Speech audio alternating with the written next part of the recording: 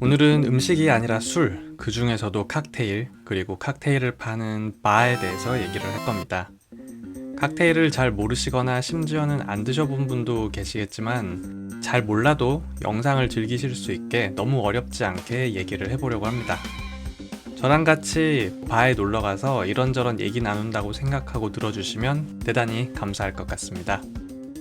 저도 사실 음식이나 술을 잘 아는 편은 아니에요. 아직 우물한 개구리인데, 근데 우물 안이 상당히 아늑하고 좋네요. 저는 특히 술이 참 어려운데, 술이 약한 게 발목을 많이 잡아서 그런 것 같아요. 다음 생의 간까지 끌어다 쓰고 있습니다. 사람들은 칵테일을 왜 마실까요? 저의 경우는 맛있어서 여러 가지 이유 중에서 이게 가장 큰 이유입니다. 똑같은 이름의 칵테일인데 맛있게 잘 만들어진 칵테일도 있지만 그것보다 덜 맛있는 칵테일도 있습니다. 똑같은 레시피로 만드는데 더 맛있고 덜 맛있는 게 말이 되나? 말이 됩니다. 레시피도 없는 한우 등심을 구워도 제가 굽는 것보다는 백종원 선생님이 굽는 게 더 맛있겠죠? 그리고 칵테일에 대해서 하기 쉬운 오해가 이름만 같다 뿐이지 바텐더들마다 손님에게 내놓는 레시피가 정말 엄청나게 다릅니다. 여기서 마음에 안 드는 마티니를 마셨다고 해서 저기서도 마음에 안 들 거라는 보장이 없다는 얘기죠. 현실적인 얘기를 조금 해볼게요. 저는 단골이라고 부를 만한 바가 없습니다. 생각해보니까 식당에 대해서도 좀 비슷하네요. 칵테일 맛있게 만드는 바가 있으면 손님들이 모를 수가 없거든요. 그래서 금세 그 바가 붐비게 됩니다. 그러면 주문한 메뉴가 늦게 나오기도 하고, 저는 전에 마셨던 그 칵테일, 사장님이 만든 그걸 마시러 오는 건데 사장님이 바쁘면 제 칵테일을 다른 직원이 만들 때도 있죠. 그러면 제가 주문할 때 원했던 맛이 안 나올 때도 있고요. 그리고 보통 바에 대해서 떠올리는 이미지 중에 그런 거 있지 않습니까? 한 잔 시켜놓고 마시면서 바텐더랑 이런저런 얘기 나누는 거. 장사가 너무 잘 되는 바는 그게 살짝 어렵죠. 그래서 저는 오픈한 지 얼마 안 된 바에 가는 걸 좋아합니다. 오늘 방문한 곳처럼 사장님이 대회 수상 경력 같은 거 있으면 더 좋네요. 자리에 앉자마자 따뜻한 물수건을 주십니다. 물수건으로 목이랑 겨드랑이를 깨끗하게 닦는 일은 절대로 없도록 해주시고요. 와인이나 소주 같은 다른 술들은 그냥 마시기도 하지만 아무래도 음식을 곁들여서 같이 먹죠. 이걸 요즘은 마리아주라고 많이들 얘기합니다. 그런데 잘 만들어진 칵테일 한 잔은 그 자체로 개성, 완성도, 밸런스, 독립성 다 가지고 있어요. 그게 칵테일의 매력입니다. 와인이나 소주는 같이 마실 사람이 있으면 더 맛있죠. 칵테일은 혼자 마시는 게 더 맛있을 때가 많습니다. 이것도 다른 술과 비교되는 칵테일의 특징 같아요. 저의 오늘 첫 잔은 진리키입니다. 동의보감에 따르면 진리키는 갈증을 해소하고 근육을 풀어주고 이뇨작용이 있다고 합니다. 도수가 많이 높지 않고 맛이 깔끔하고 대체로 달지 않고 라임으로 산미를 내고 탄산감이 훌륭한, 이 정도까지 설명하면 드라이한 스파클링 와인 같은 느낌도 약간 있네요. 술이 약한 저에게는 아주 잘 맞는 칵테일이기도 합니다. 앉으나 서나 눕는 생각만 하는 저인데 왜 굳이 밖까지 와서 칵테일을 마시느냐? 그렇게 맛있으면 집에서 만들어 마셔도 되지 않나? 라고 하면 가장 큰 이유 중에 하나는 얼음입니다. 바텐더가 칵테일을 잘 만드는 이유에는 좋은 얼음, 그리고 그 얼음을 잘 다루는 능력이 반드시 포함되거든요.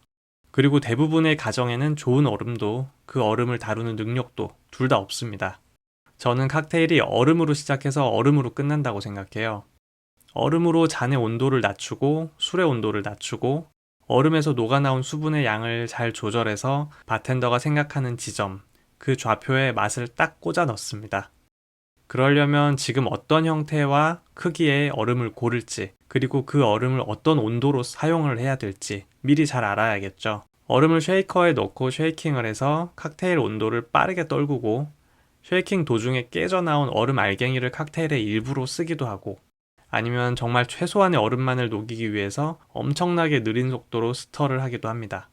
스터라는 건 얼음이 녹을 수 있도록 긴 스푼을 이용해서 잔에 든 얼음과 재료를 빙글빙글 젓는 행동을 말합니다. 그러니까 스터와 쉐이크, 이렇게 두 가지가 얼음을 다루는 대표적인 기술이라고 보면 됩니다. 칵테일은 초창기에는 쉐이크라는 기법이 없었어요. 왜냐하면 식용 가능한 얼음을 구하는 것 자체가 힘든 시대가 있었으니까요. 스터에 썼던 얼음을 버리지 않고 씻어서 다음 칵테일 만들고 또 만들고 또 만들고, 뭐 그랬던 때도 있습니다. 그러다 보니까 잘못 걸린 날은 단체로 식중독도 걸리고 막 그랬어요. 시대의 흐름이라는 게 참 웃기죠. 뒤돌아보면은 과거는 대체로 야만적이고 뭐 그런 것 같습니다. 칵테일 바에 가면 그 가게만의 칵테일, 시그니처라고 그러죠. 그런 칵테일들이 참 많은 것 같습니다. 없는 바를 보기가 드물죠. 그런데 저는 그렇게 손이 잘 가지가 않더라고요. 왜 그럴까 생각을 해봤는데 고전적인 칵테일들도 시간이 흐르면서 계속 다듬어지거든요. 맛있는 클래식들이 참 많습니다. 같은 클래식 칵테일을 가게마다 어떻게 다루는지 차이를 보는 재미도 있어요. 이게 제법 재밌어요. 사람이 어떤 일을 오래 하면 스타일이라는 게 생기잖아요. 칵테일도 마찬가지라서 바텐더도 손님도 맛있다고 생각하는 부분이 조금씩 다르기도 해요.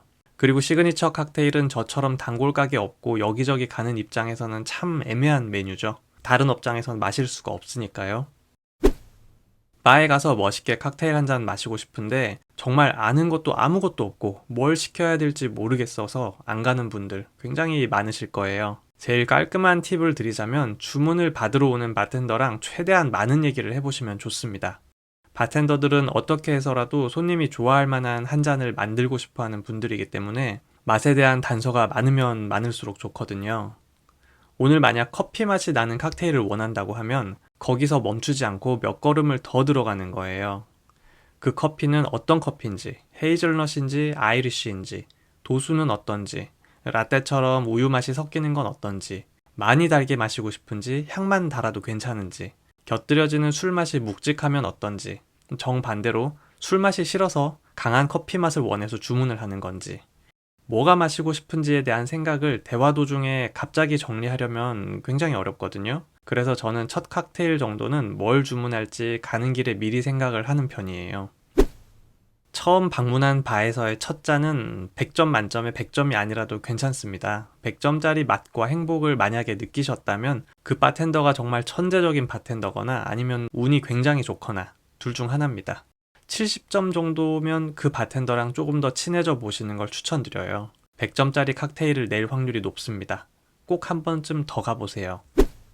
어디서 시켜도 대체로 무난한 칵테일이 있는가 하면 바텐더마다 지향점이 달라서 모험을 하게 되는 칵테일도 있습니다. 저의 경우는 마음의 각오를 하고 주문을 하는 메뉴가 바로 이 사이드카인데요. 먹을 만한 사이드카를 받으면 정말 기분이 좋아요. 복숭아 딱복 물복, 탕수육 찍먹 부먹, 민트초코, 파인애플 피자, 라면 면발, 짜장 짬뽕 이런 거 취향 겹치면 왠지 반갑잖아요. 그런 기분입니다. 다른 맛있는 칵테일들 많은데 왜 굳이 새로운 바 갈 때마다 이런 쓸데없는 시도를 하나 싶을 때도 있어요. 욕심은 끝이 없고 같은 실수를 반복하는 우물한 스노브입니다. 마지막은 위스키 하이볼입니다. 위스키에 탄산수 같은 탄산감 있는 음료를 섞으면 위스키 하이볼이죠. 위스키는 조니 워커, 그 중에서도 더블 블랙으로 골랐습니다. 더블 블랙은 하이볼에 참 잘 어울리는 위스키라고 생각해요. 여기 동의하는 분들이 많을 겁니다. 사실 하이볼 주문할 때 제가 이미 많이 취해 있었는데 그냥 집에 가기 아쉬워서 주문을 했거든요. 근데 이걸 마시고 술이 확 깼어요. 너무 맛있어서 위스키에 있는 스모키한 향미 그리고 고소함이 너무 잘 살아있더라고요. 이날 만들어주신 바텐더님이 사장님도 아니고 직원분인데 본격적으로 손님들에게 메이킹을 하기 시작한 건 1년도 안 됐다고 들었어요. 반년 좀 넘었다고 들은 것 같습니다. 이런 경험을 할 때마다 재능의 영역은 정말 절대로 무시할 수 없다는 생각이 들어요. 최근에 마신 하이볼 중에서 가장 인상적인 하이볼이었습니다. 정말 많이 놀랐어요. 그리고 영수증 보면서 더 놀랬음. 저에게 있어서 바는 칵테일을 마시러 가는 곳이 아니라 맛있는 음료를 마시러 가는 곳이라고 생각해요. 제 기분이나 취향에 맞게 음료를 만들었더니 그게 술에 이것저것 섞인 무언가였더라. 이렇게 되는 겁니다. 바 다니는 사람들에게는 바에 가는 이유가 다들 제각각 있는 것 같아요.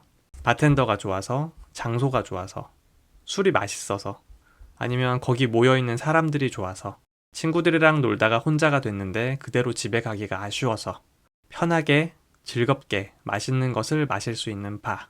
저는 바라는 공간이 참 좋습니다. 오늘도 시청해주셔서 감사합니다. 맛있는 거 있으면 미루지 마시고요. 저는 또 다음 영상으로 돌아오겠습니다.